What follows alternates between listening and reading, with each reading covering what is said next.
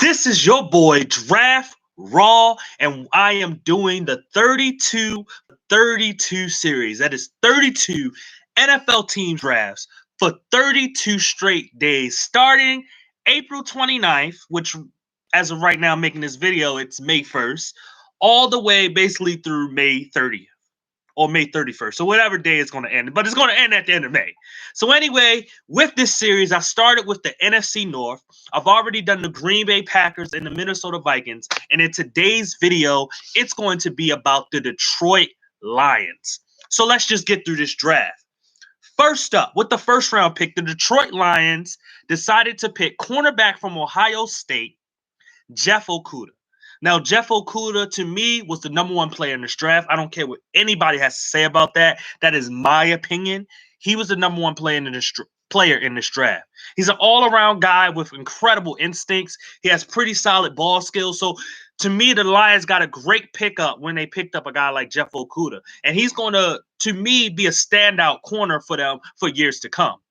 Now, going into the second round, they decided to go running back, and that was DeAndre Swift, running back from Georgia. What I liked about DeAndre was that he was an all-around back, but the con that I didn't like about him is that I don't think he has elite ability. He's kind of good at everything, but not great.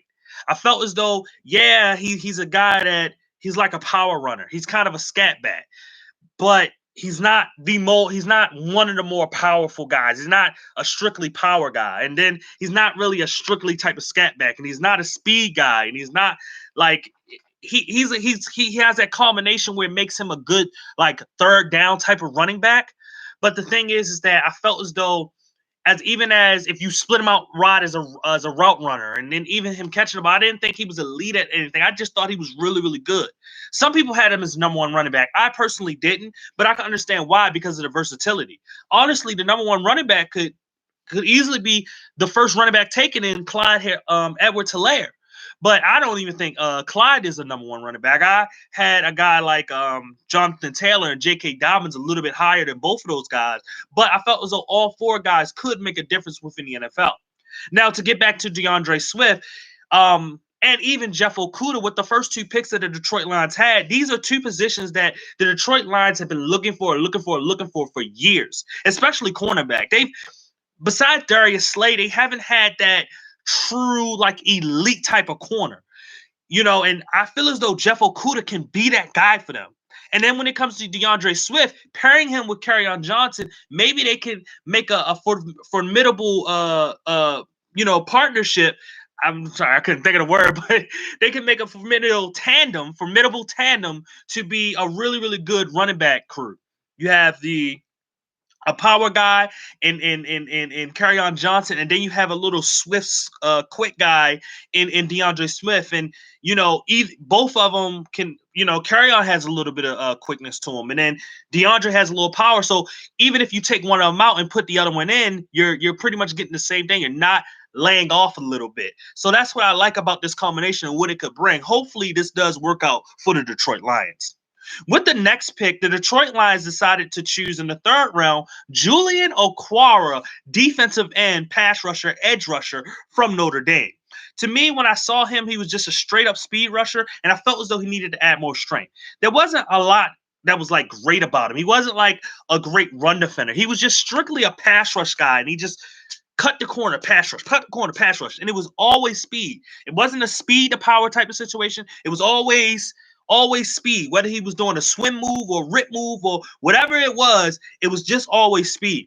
That's something that he can work on, but he has that eliteness with that speed rush to being a pretty good edge rusher within the NFL. The only thing is that he may set himself up to only being an edge rusher and not being a 10-year starter within the NFL, being just a really, really solid player. He may just strictly be just a straight up edge rusher. With the next pick, they also had another third-round pick. And this time, they decided to choose offensive guard Jonah Jackson. Now, if you saw my top guard prospect video, I told you that I felt as though Jonah Jackson was the number 2 guard within the NFL draft. He's from Ohio State. And what I wrote down about him is that I felt as though he was a nasty run blocker. He will sometimes miss his run blocking assignment. That was a huge thing for me. But overall, he was actually a really, really good pass blocker. And when I say stuff like that, I don't try to go into too much details because I want people that maybe don't watch football in that aspect to understand what I'm saying.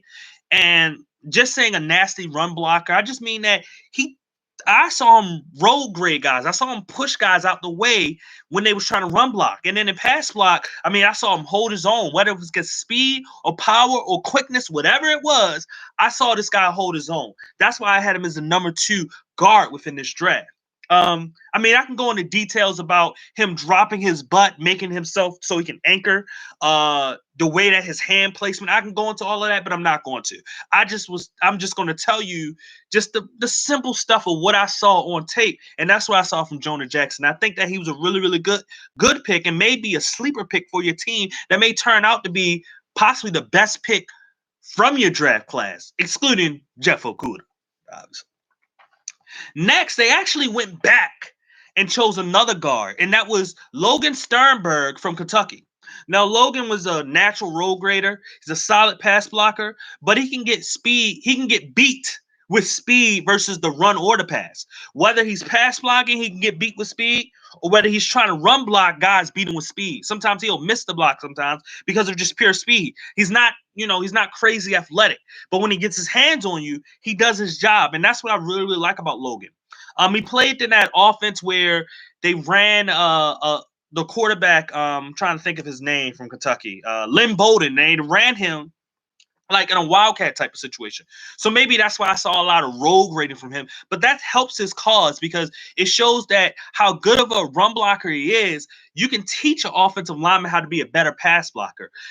And, in terms of being a run blocker as well, if you're already a good run blocker, it's hard to teach that. But pass blocking is easier to teach because of just technique. So when I looked at Logan Sternberg, I thought that he wasn't one of the greater offensive guards within this draft, but I thought that he was a guy that, chosen in the 4th or 5th round, you could bring him in and he could be someone that, maybe in 2 years, he may be a starter or a guy that you could really, really trust. So next, they decided to choose a receiver that I actually did not watch tape on. I finally got the chance to actually watch some tape on this dude. Quintez Cephas from Wisconsin is an absolute beast. I was so mad that I didn't get to watch his tape before the combine or before the draft. Usually, I get to watch a whole bunch of guys. And this year, the receiver class was absolutely crazy. I watched like maybe 25, 30 guys, and it's crazy. He wasn't even one of them. That's the wildest thing. But looking at Cephas, he was a smooth route runner. Thought he was just a natural dog. Like this guy, I mean, he brings the physicality to the wide receiver position. He was a yard after catch specialist. I saw him being able to break tackles or just get around guys and be able to stretch out for the first down or just get those extra yardage that you really, really want. And then the biggest thing, he's very, very strong, and he uses his big frame when he's catching those passes. Like this guy was an absolute amazing wide receiver who I think could, not to say be a starter for your team, but definitely contribute. You have Kenny Galladay and you have Marvin Jones, and if you add Cephas, this could be a crazy offense that features a lot of big guys making big plays and big spectacular catches to get y'all big first downs and big time touchdowns. So this is what I like. He is a big guy that's going to make big plays for y'all. Next, in the 5th round, they also chose running back Jason Huntley from New Mexico State. He is an elite. He has elite speed. I mean, it is elite. I'm not going to sit here and say that he's like one of the fastest players in the draft. He is one of the but he's not like Henry Ruggs elite speed. But he definitely up there with like who ran a 4.3 this year? Like Isaiah Simmons type speed. Like that's what type of, and it may be even faster, maybe.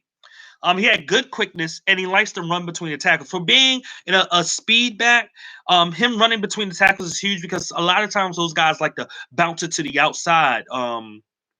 You know, bounce it outside of the offensive tackles. And what I liked about him is that he always stayed within the middle, and he always made plays staying in that middle. And it was a great thing to see from him from that. And I know they double dipped at the position, but he also brings some return ability that's going to be huge for the Detroit Lions. So it's one of those situations where if he doesn't become like a running back for him, which I don't think they're expecting him to, I think the biggest expectation is for him to become their return man and that gadget guy that they felt as though they were going to get in it, like an Amir Abdullah, who they drafted, I think, back in 2013 from Nebraska. So Jason Huntley, that was a solid pick for y'all. The next two picks were defensive tackles. They double dipped at the position a lot. They got two corners. Sorry, they didn't get two corners. They got two running backs. They had got two guards. They had got two defensive tackles. I mean, they double dipped a whole lot. And John Pinseni from Utah, their 6th round pick. Short and stubby, lacks length, offers no pass rush, and not as strong as I would think he would be. Thinking a short and stubby guy, I would think that he would carry a lot more punch to him, and he didn't. When I watched this tape, I just felt as though this may be a wasted pick for them, but maybe that's something that they wanted from him. And he's a guy that, he offers no pass rush, but he doesn't get moved to. It's not often that you see him getting graded out of the play. So it's one of those guys that's probably just going to be able to hold his guy and just stay there, take up a couple of blocks, just a regular old thing that a natural nose tackle like him would do. So maybe that's what they're looking for, is having a guy in there that is probably pretty natural at stopping the run in terms of just taking on blocks. He's not like a great run stopper, but he can take on blocks.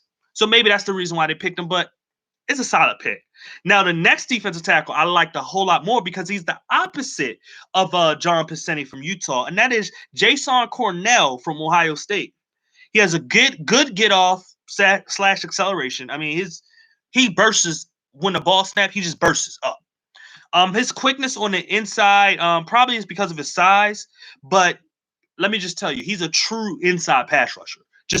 He shoots gaps like it's nothing, and it's crazy how quick he is with his hands that he's able to get after the quarterback like that. He doesn't have posted a bunch of sacks, but if you look at the tape, the guy has a lot of pressures, and pressures is huge because that can get a quarterback off their mark and cause interceptions and stuff like that. This guy may very well be your hidden gem in this draft class. He may very well be the hidden gem. And the biggest reason is because his pass rushing ability is going to work for him in the NFL. And I don't think, some people say he needs to get a little bit bigger because he's 285 pounds. I think that he can add just maybe 5 pounds. Maybe he adds 10, but he has to keep his quickness and pass rush ability. He cannot lose that, or he's going to be ineffective. But to me, if he stays at 285, or if he bounces up a little bit at like 290 and still has that quickness or that speed that he has on the inside as a pass rusher, this will be really, really big for him. I think that he's a pretty darn good player that the Detroit Lions basically got a steal there. So anyway, that was the last pick the Detroit Lions had. I thank anybody for watching. Like I said, this is my 32 for 32 series. It's 32 teams for 32 straight days. I'm going to go through it like it's butter, like it's nothing, and it's very, very smooth. I thank anybody for watching. If you want to see more of me, please hit that subscribe. Please hit that notification bell. Please hit that like if you really, really like this video. And please comment so we can debate about some of these draft picks. And if you thought that maybe I was wrong on something or whatever it is, just please comment. Once again, this is your boy, Draft